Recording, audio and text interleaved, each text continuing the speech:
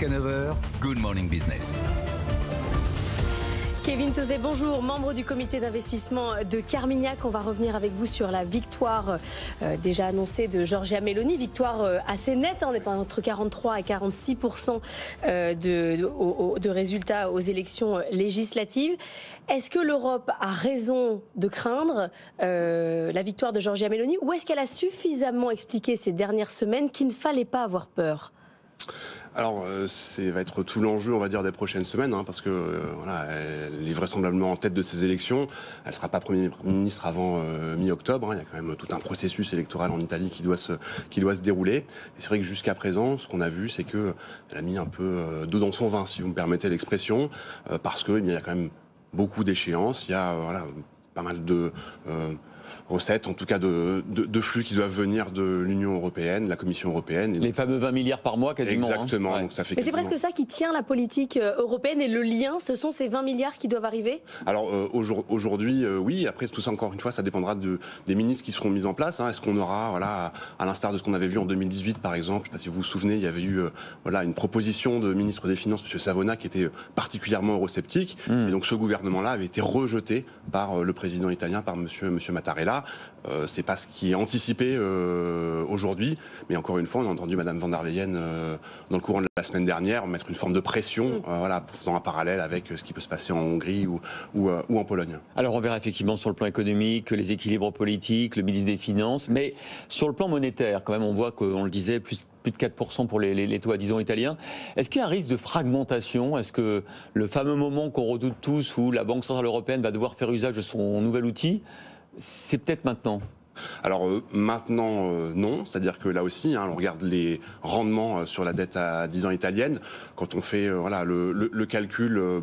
Pour nous, là où on met, on va dire, le seuil de tolérance à la douleur, c'est plutôt sur des maturités 7 ans, qui correspond à peu près à la maturité moyenne de la dette italienne. C'est autour de 4%. On y est aujourd'hui, on n'y est pas très loin. Donc ça doit commencer, on va dire, à réveiller un petit peu, la Banque Centrale Européenne.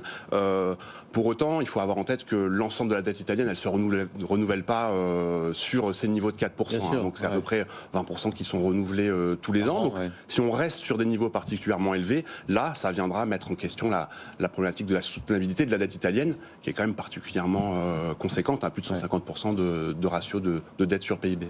Et on a l'impression, à vous entendre, et c'est ce que disait Benahouda Abdeldaïm tout à l'heure, que tout dépend de cette nomination du ministre des Finances, qu'en fonction de son nom, il y a un message vis-à-vis de l'Europe positif ou négatif. Oui, il y a de ça. Il y a aussi autre chose, c'est que Madame Meloni est dans la politique italienne depuis un certain temps.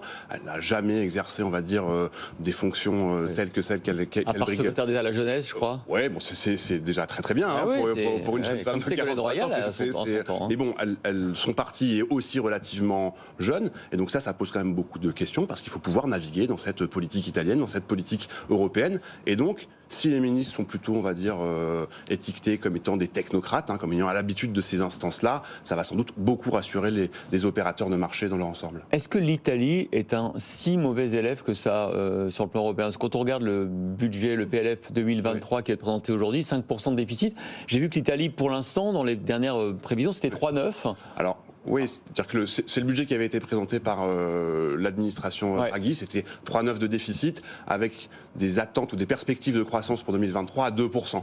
Un peu optimiste. Alors, avec le recul, oui, un petit peu optimiste. Donc aujourd'hui, le consensus s'attend plutôt autour de 0,05 pour 2023. Donc ça nous met pas très loin de ces 5% de déficit. Parce que la question, c'est qui est le mauvais élève, quoi ? Est-ce que c'est nous ou est-ce que ce sont les Italiens ? Nous, on aime bien dire que c'est eux, mais... Clairement, on va dire, il y a quand même des choses qui ont changé. On parlait de la soutenabilité de la dette italienne. Il y a les niveaux de primes de risque sur le risque souverain italien. Aujourd'hui, ils sont plutôt, on va dire, relativement bien ordonnés, entre 2%, 2% et demi. C'était à peu près ces niveaux-là, 2% et demi, qui avaient déclenché la réaction de la Banque Centrale Européenne avec l'instrument mystère, le TPI, qui n'a pas encore été activé, mais qui pourra l'être éventuellement. Donc, sur la soutenabilité de la dette, pour l'instant, ça tient quand même plutôt la route. Sur est-ce que l'Italie a un bon ou un mauvais élève, là aussi, il y a quand même des choses qui ont relativement changé depuis la crise souveraine en zone euro. C'est que les banquiers centraux ont, depuis cette période-là, appelé de leur vieux pieux à ce que les différents gouvernements fassent de la relance budgétaire. Ce qui n'est pas sans soulever de questions quand on regarde ce qui se passe au Royaume-Uni, par exemple, les réactions de marché en face de ça. Alors Kevin Tosé, une dernière question, parce que là on est obligé, vous avez vu ce qui se passe sur les marchés de change cette nuit, avec la parité livre-dollar, avec l'euro à 0,96 cents. Qu'est-ce qui se passe ?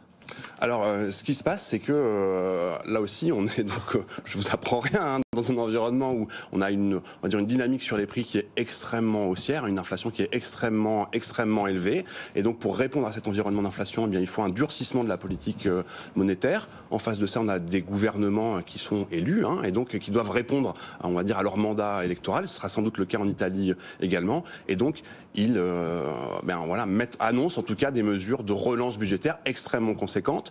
Ce qui se passe en Angleterre, je pense, c'est une bonne illustration, une mauvaise illustration du contexte dans lequel on évolue, parce que si demain l'Angleterre doit émettre l'équivalent de 150 milliards de dettes pour venir financer... La réaction est violente quand même. Oui, mais parce qu'il y a une vraie question sur la crédibilité des institutions. C'est-à-dire que pourquoi est-ce que ces mesures de relance budgétaire sont-elles mises en place ? Est-ce que c'est pour faire, on va dire, de l'investissement, pour améliorer la productivité d'une économie, ou est-ce que c'est pour répondre à un problème de conjoncture ponctuel, grave, mais ponctuel pour autant ? Merci beaucoup Kevin Tosé, membre du comité d'investissement de Carmignac, pour ces éclaircissements. Tout de suite, dans un instant, le journal. On va évidemment vous parler du budget 2023 pour la France. On n'est pas dans les bons élèves. À tout de suite.